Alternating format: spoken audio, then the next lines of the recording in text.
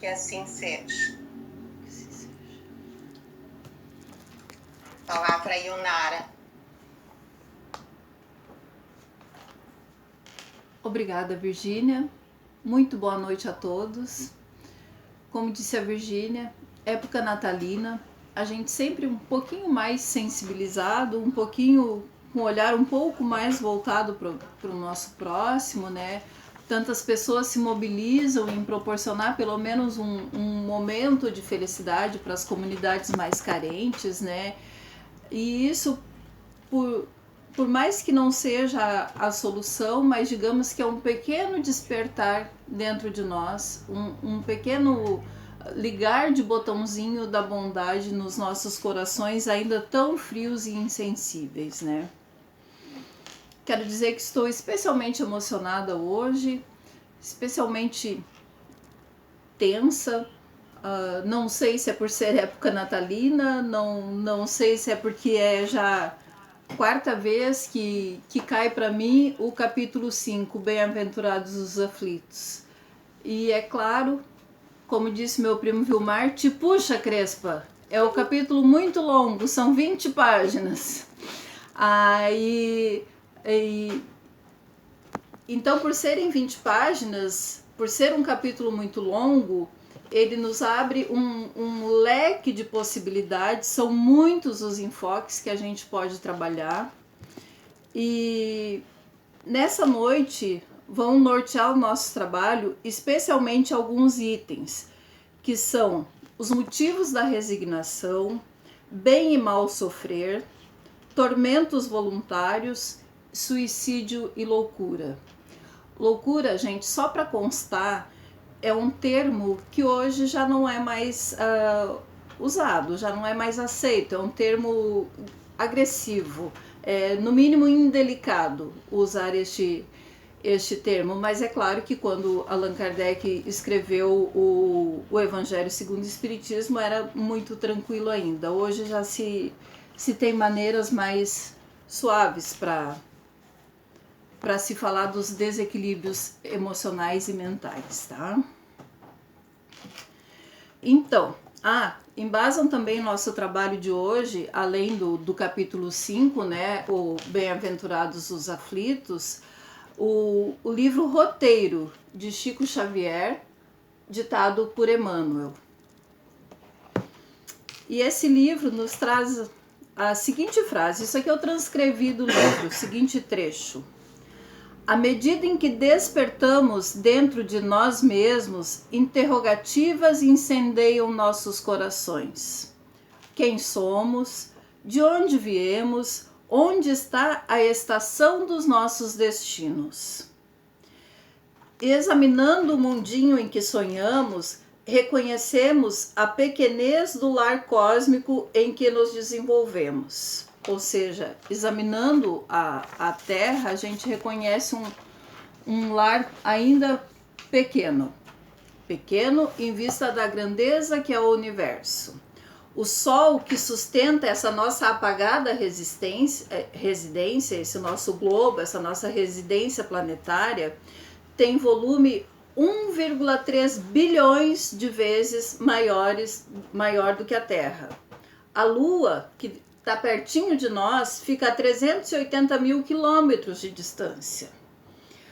Os planetas vizinhos estão muito longe de nós. Marte, quando se aproxima bastante da Terra, ele fica a 56 bilhões de quilômetros. Esse é o nosso vizinho do lado. A Terra é um magneto, é um ímã gigantesco. É um aparelho cósmico em que fazemos a pleno céu a nossa viagem evolutiva. A Terra é um aparelho que compõe um comboio imenso. O que é um comboio? São vários veículos se deslocando guiados por um veículo principal. Os vários veículos são os diversos globos que giram em torno do Sol, tá? Girando em torno de si mesmo e girando em torno do Sol. Ou seja, supondo que essa bolinha de Natal aqui seja a Terra, ela está girando em torno dela mesma, nós estamos cravados aqui, né? Nós estamos magneticamente presos a esse globo. Aí ela está girando em torno dela mesma, e supondo que eu seja o Sol, ela está girando também em torno do Sol. Isso tudo acontece com uma precisão absoluta. Qualquer desequilíbrio é fatal para a manutenção da vida neste globo.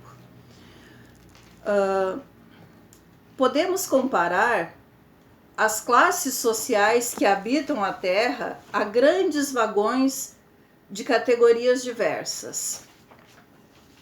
De quando em quando, permutamos com nossos vizinhos e companheiros. Quem viaja em instalações de luxo hoje, volta a conhecer os bancos humildes em carros de condições inferiores. Temos aí o símbolo das reencarnações. Eu tô agoniada, não enxergo meu rosto. E assombrados ante o esplendor do universo, temos a difícil tarefa de descobrir a nós mesmos. No meio desse gigantismo, dessa coisa que é o universo, a gente tem que descobrir a nós mesmos. Qual é o nosso papel? O que nós estamos fazendo aqui? Por que a gente está aqui, né? Confinados ao reduzido agrupamento consanguíneo a que nos ajustamos, ou seja, confinados dentro da nossa família, né, ao reduzido o grupo consanguíneo em que nos ajustamos, ou compondo a equipe de interesses passageiros a que provisoriamente nos enquadramos, ou seja, qualquer outro grupo social, seja a nossa entidade religiosa, seja o nosso local de trabalho, seja um grupo esportivo, em qualquer outro grupo além da nossa família, e na nossa família também sofremos inquietações de ciúme, da cobiça, do egoísmo, da dor. Não sabemos dar sem receber, não ajudamos sem reclamar. E criando o choque das exigências com os outros, recolhemos os choques renovados da incompreensão. Eis aí algumas das aflições criadas por nós mesmos para a nossa vida. Estamos num mundo inferior e nos conservamos presos aqui por nossas imperfeições.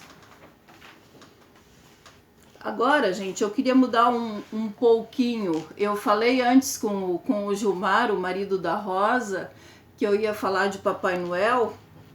E em tempos de tantos pedidos a Papai Noel, eu vou ler uma oração que uma criança fez para o Papai do Céu. Isso aqui para a gente dar uma analisada nas nossas relações mais íntimas, nas nossas relações familiares, diretamente com os nossos filhos. E aí uma criança fez a seguinte oração. Isso aqui eu conheci quando eu tinha as minhas filhas bem pequenas. E com muita frequência ter lido este texto me ajudou a renovar, a me modificar, a me cuidar em relação às crianças. E por isso eu gostaria de reproduzir, porque se alguém já conhece, não tem nada de ruim em escutar de novo. E se não conhece, é importante que saiba, né? Eu penso, porque assim como me ajudou tanto, pode ajudar muito mais gente. Papai do Céu, eu quero ser uma televisão por causa dos meus pais. O Senhor precisa ver como eles têm paciência com ela, mesmo quando chegam em casa cansados do trabalho. Mas comigo, não. Comigo vão logo dando bronca. Os olhinhos da minha mãe até brilham quando ela está assistindo novelas. É lindo de ver. Eu quero que ela olhe assim para mim também. Quando estamos conversando e as propagandas acabam, meu pai corta nossas conversas no meio, mas nunca mesmo ele para de ver seu futebol para conversar comigo. Este é o pedido. Por isso essa criança queria se tornar uma televisão, porque antigamente a televisão era o único objeto que realmente roubava o olhar dos adultos, né? Desviava o nosso olhar, roubava a nossa atenção. Agora, essa mensagem serve para celular, para tablet, todas as redes sociais, esses pequenos vídeos que se sobrepõem infinitamente, nos prendem, nos viciam. E então a mensagem serve para todos nós. A mensagem serve também para refletirmos sobre como está o nosso comportamento nos diversos grupos sociais. Quanto tempo estamos dedicando a olhar quem nos rodeia? Quando quem ainda tem os pais vivos, né? Quando a gente visita os nossos velhinhos, a gente olha para eles ou a gente fica lá só de corpo presente e interagindo no celular com outras coisas e às vezes nem é interagindo com ninguém, é só olhando nada, é só olhando esses vídeos infinitos aí que não acrescentam nada na nossa vida e nem nos levam a lugar nenhum, né? E outra coisa, gente, essas mesmas crianças que imploram pelo nosso olhar são estimuladas a quê? A não olharem para nós, a olhar para o celular. Elas também são estimuladas a ficarem interagindo com telas através de joguinhos e de animações desde muito pequenos. Já pega aqui o celular da mãe, vai para um canto, vai para o sofá, deixa a mãe aqui, né? É uma espécie de se livrar do compromisso de dar uma atenção. Estamos muito acostumados a nos preocupar com a miséria material, mas uma psicanalista, e isso eu pesquisei na internet, essa moça chamada Bruna Raffaelli, fala sobre a miséria emocional. E vamos lançar um olhar especial sobre essa tal da miséria emocional. Pais que se preocupam com o desempenho escolar dos filhos e com a saúde física deles, mas não parecem se importar com suas emoções e sentimentos. Pais rígidos que cobram resultados, que brigam demais, que são ausentes ou que mesmo por perto não demonstram interesses por seus filhos. E substituem o amor e o carinho e a atenção por celular ou outros objetos. Não facilitam que seus filhos sejam saudáveis emocionalmente, não proporcionam um convívio saudável. Crianças que aparentam estar bem nutridas e sadias e têm as coisas, podem ser um exemplo de crianças infelizes. Geralmente, pessoas que crescem nestes ambientes não conseguem ter uma boa relação com seu corpo e isto se intensifica na adolescência. Muitos desses jovens têm dificuldade para entender o que sentem e não sabem exprimir. Amor, tá me atrapalhando. Chorar, por exemplo, é inaceitável. Tá chorando porque não te falta nada, eu te dou tudo, eu trabalho feito um louco para te proporcionar as coisas e tu reclama. Dentro desse ambiente não se admite choro, principalmente se for menino, o que leva a explosões de raiva. É como se qualquer gota d'água provocasse o transbordamento para pessoas criadas neste círculo familiar. Por quê? Porque não há carinho, não há abraço, não há compreensão, não há interesse real pelos sentimentos desta criança, deste jovem, deste adolescente. Muitas dessas crianças e adolescentes entram em processos de profundo sofrimento. Surgem os que se cortam, os que têm bulimia, os que comem demais, os que se refugiam nas drogas lícitas ou ilícitas. Não vamos esquecer que álcool e cigarro também é droga, né, gente? É muito importante isso. Não, a gente vai tomar uma cervejada no fim de semana e daquela cervejada se torna uma coisa cada vez mais frequente. Vamos ficar bem espertos para isso também, sobre as drogas lícitas, né? Surgem também os que estão deprimidos e os que se suicidam. Como lidar com tudo isso? Qual é a saída? Em primeiro lugar, é importante ter claro que nossos sofrimentos são passageiros, perto da grandiosidade da vida, Tudo passa. O tempo vem sempre com suas mãos cheias de bálsamo para curar as nossas dores. Então a gente ter isso claro, a gente ter essa certeza e passar essa confiança para os nossos filhos, para os nossos jovens, evangelizar esses corações que estão ao nosso redor, faz brotar, faz nascer dentro deles essa esperança de uma capacidade de se superar, né? Demonstrar interesse por esses jovens, por essas crianças que estão ao nosso redor.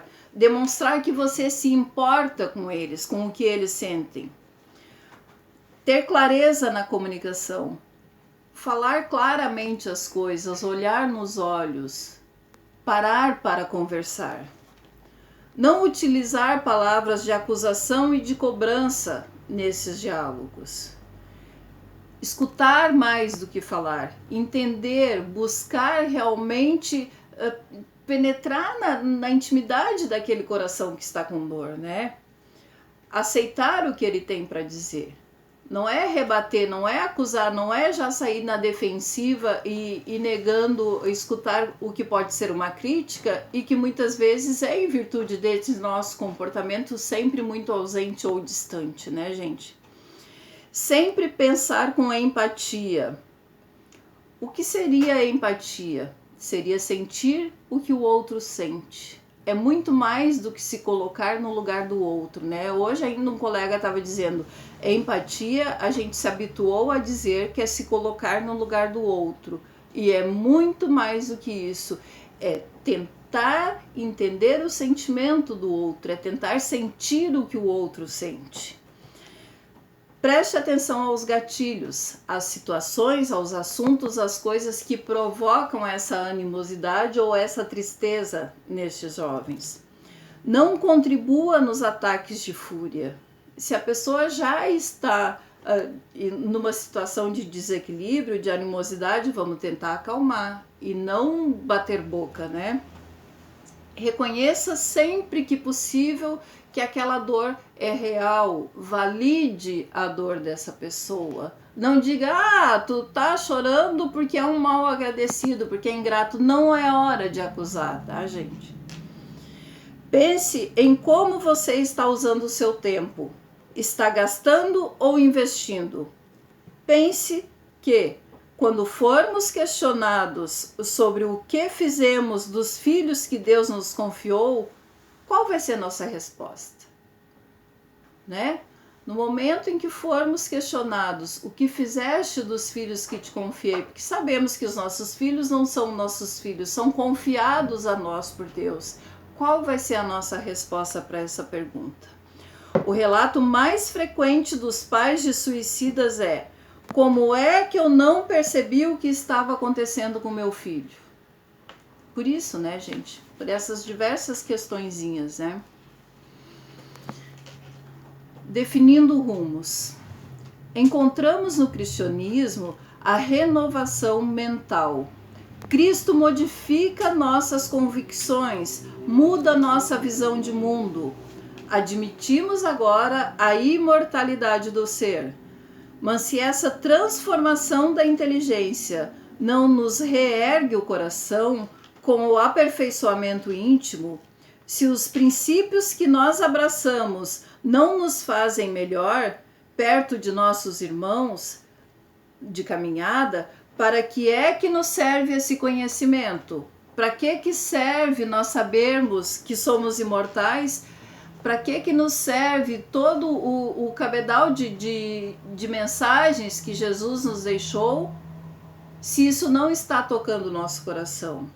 Se uma força superior não educa nossas emoções, não eleva nosso caráter e nossos sentimentos, de que vale o tesouro intelectual que a vida nos confiou? Sabemos, é claro, mudar de vida não é da noite para o dia. Requer planejamento, tempo, boas conversas.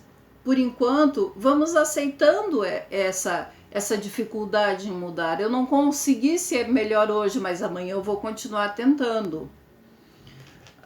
Aceitar com alegria quem nós ainda somos e com amor aquilo que você não pode mudar agora, mas saber que tudo vai mudar. Sempre tudo muda, mais cedo ou mais tarde acontece algo, vindo pela natureza ou pelos pensamentos, palavras e ações mais secretos que você está emanando e irradiando e que está gerando algo que vai chegar até você e que vai mudar a sua situação. Através dos nossos pensamentos, através daquilo que a gente irradia, a gente vai também atraindo coisas, né? Então pense coisa boa, sinta coisa boa, fale coisas boas, para quando essas coisas retornarem para nós, que sejam semelhantes. Semelhante atrai semelhante nas vibrações do visível e do invisível. Do que você gosta? Qual é o seu desejo central? Haroldo Dutra Dias tem um enorme trabalho que fala do nosso desejo central e das obsessões que nós atraímos através do nosso desejo central. Qual é o seu desejo central? O tema básico dos seus interesses mais íntimos. Não se trata aqui de desejos imediatistas e corriqueiros, do tipo, eu quero comprar um fogão novo porque o meu tá ruim. Não é disso. É o desejo central. Falamos aqui do tema básico da nossa existência. O que nos move, né? Somos muito orgulhosos. Somos incapazes de ver o valor do outro. E incapazes de reconhecer a nossa insignificância, a minha menos-valia. E somos muito egoístas. A nossa alma é apegada ao nosso próprio bem. O nosso desejo central é o que nos move, é aquilo que o nosso psiquismo busca. E via de regra, nosso desejo central está alicerçado aonde? No nosso orgulho e no nosso egoísmo, a principal fonte das nossas aflições e obsessões. Prazer, posse, poder e prestígio. Nesses 4 P's, em uma dessas coisas, estará o nosso desejo central. Nós vamos esmiuçar cada uma delas, tá? Prazer. O nosso desejo central, ou seja, a nossa chaga, a nossa principal doença moral. O prazer, aonde se configura o quê? A luxúria. A luxúria é a tendência ao sexo desvairado, a um sexo desregrado, é o mau uso do sexo. Isso é luxúria, tá, gente? Luxúria não tem nada a ver com luxo, tá? É o abuso do sexo. A gula, o abuso do alimento. O consumismo ou a preguiça. Isso são as principais buscas ali do prazer, né? Que seria o nosso primeiro P. A posse, a avareza, o apego, o materialismo, a prodigalidade. A prodigalidade é justamente o inverso da avareza, que é aquela pessoa que é muito esbanjada, como dizia minha mãe. É muito da fartura, e isso tem muito a ver com o orgulho do mostrar olha só como eu não gosto de miséria, passa muito por isso a prodigalidade. O poder, a arbitrariedade, a dominação, a ira, a prepotência, a arrogância e a violência. A arrogância aqui, principalmente desprezar os outros, né? Desconsidera as demais pessoas, né? Eu sou mais eu e pronto. O prestígio seria o nosso último P. Exibicionismo, vaidade, afetação. Afetação seria a falsidade e o fingimento. A futilidade, o culto às aparências, né? Que hoje parece, eu não sei se é porque eu vivo hoje, então parece que hoje é muito mais o culto à aparência, né? E a soberba, a pessoa se sente muito melhor do que os outros. Então, em um desses 4Ps, em um destes subitens desses 4Ps, em geral, a gente vai conseguir perceber que o nosso psiquismo tá mais identificado com aquilo ali. E é através disso que os obsessores se aproximam de nós. Eles nos estudam, percebem o nosso ponto fraco e estimulam aquilo ali. Somos o que decidimos, possuímos o que desejamos, estamos onde preferimos. Os acontecimentos obedecem às nossas intenções e provocações, manifestas ou ocultas. A existência será invariavelmente segundo pensamos. Quem mais pensa dando corpo ao que idealiza, mais apto se faz à recepção das correntes mentais invisíveis, nas obras do bem ou do mal.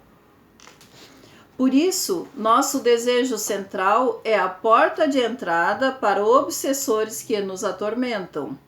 Busquemos em Cristo a lição da mente purificada, do coração aberto, a verdadeira fraternidade das mãos ativas na prática do bem. Né, Dona Vera? Fazer um pãozinho de casa, né? E doar para as pessoas amigas e vizinhas. Tem coisa mais linda do que isso? O tamanho da generosidade de uma pessoa assim. Mas não podemos nos iludir. Quando Jesus diz: bem-aventurados os aflitos, ele não se referia às aflições que acabamos de relatar. Todas as dores e sofrimentos relatados aqui têm como causa a nossa imprevidência, o nosso orgulho e o nosso egoísmo. Jesus falava dos sofrimentos que fazem parte de nossas provas e expiações, situações previstas em nosso planejamento reencarnatório, que nos promoverão a uma melhor situação se for bem suportada. O trabalho é a escada divina de acesso às glórias do Espírito. Ninguém precisa pedir transferência para Júpiter ou Saturno a fim de colaborar na criação de novos céus. A Terra, nossa casa e nossa oficina, em plena paisagem cósmica, espera por nós. É aqui. O nosso local de trabalhar e de deixar melhor é aqui. A fim de que a convertamos a Terra, né, em glorioso paraíso. Cada flor irradia perfume característico, cada estrela tem brilho próprio, cada um de nós é portador de uma determinada missão. Porque às vezes a gente acha que, não, eu não tenho nenhuma missão. Como que não? A Rosa não está ali envolvida com netos? E isso, neste momento, esse é o trabalho dela. É essa a missão, é este o envolvimento dela, é colaborar, é co-criar essas pessoas, esses seres que Deus confiou a ela que ajude a educar, né? Voltando às nossas questões iniciais. Quem somos, de onde viemos e onde está a estação de nossos destinos? Se entendermos que somos seres imortais, que nossa origem é a inteligência suprema que governa os universos, né? A nossa origem é Deus, a inteligência suprema, né? Somos seres imortais, isso já está claro para todos nós. Refletindo então, à luz de tudo o que nós falamos até agora, se analisarmos friamente nossa consciência mesmo, tá, gente? Aquela coisa que a gente não quer, aquele defeito que a gente não quer admitir que tem. Se analisarmos friamente nossa consciência, veremos que geralmente somos autores de nossos próprios infortúnios. Mas é mais fácil e menos humilhante para a nossa vaidade colocar a culpa em Deus, na sorte, na má estrela, enquanto a verdadeira razão é a nossa negligência. O nosso orgulho não deixa a gente vê nossos defeitos, né? A gente não se reconhece defeituoso. Sempre foi alguém que me prejudicou em algum momento e eu mesma não fiz nada, né? Eu mesma não cometo erros, né? Não tem aqueles defeitos morais contidos lá nos 4 P's. Pela maneira de encarar a vida na Terra, podemos suavizar ou agravar a amargura de nossas provas. Porque à medida que a gente é provado e aceita com resignação, a gente suaviza. Agora, quando a gente é provado por Deus no momento de dificuldade e a gente questiona e a gente se revolta e a gente espragueja, a gente está cada vez mais se comprometendo, né? Ou Deus nos confia uma criança para cuidar e a Ionara prefere ficar olhando para a televisão em vez de olhar para aquela filha. Um dia essa filha joga na nossa cara, né? E a gente fica mortificada, porque não tem como voltar atrás do tempo, né? Então o que nos cabe agora? É tentar remediar o que é possível, né? É buscar nos retratar, é buscar nos melhorar de agora em diante, né, gente? É não agravar ainda mais isso, é não se voltar contra aquele filho que está nos cobrando atenção, mesmo que já tenha 20 anos, né? É tentar dar essa atenção que não foi dada no momento certo, de agora em diante, né? A amargura de nossas provas... Pela maneira de encarar a vida na Terra, podemos suavizar ou agravar a amargura de nossas provas. Se entendermos que a vida terrena é muito breve em relação à vida eterna do espírito, fica claro para nós que o momento difícil passa. É aquilo, tudo passa, né, gente? Tanto aquele momento maravilhoso que às vezes a gente vive, que a gente fica com aquela sensação de tomara que essa sensação maravilhosa nunca acabe, mas no outro dia já passou. A gente ainda pode estar feliz, mas já não é mais a mesma sensação. E a dor também vai se aplacando e vai suavizando o tempo. Com o tempo, tudo melhora. A certeza de um futuro mais feliz nos ajuda a sofrer com resignação. Nunca esquecendo, a minha mãe sempre disse, de hora em hora Deus melhora. E basta nós olharmos para o nosso passado e ver quantas barreiras, quantos obstáculos, quantos momentos difíceis demais que a gente já viveu e o quanto melhor a gente já está, né? E assim, respondendo à última questão, qual a estação de nossos destinos? Sabemos que, se somos hoje aflitos, nossas aflições nos tornará bem-aventurados. Era isso, tá, gente? Boa noite, muito obrigada. Obrigada pela presença carinhosa de todos. Era isso. Rosa, tu tens condições de fazer agora ou vamos passar para a Virgínia?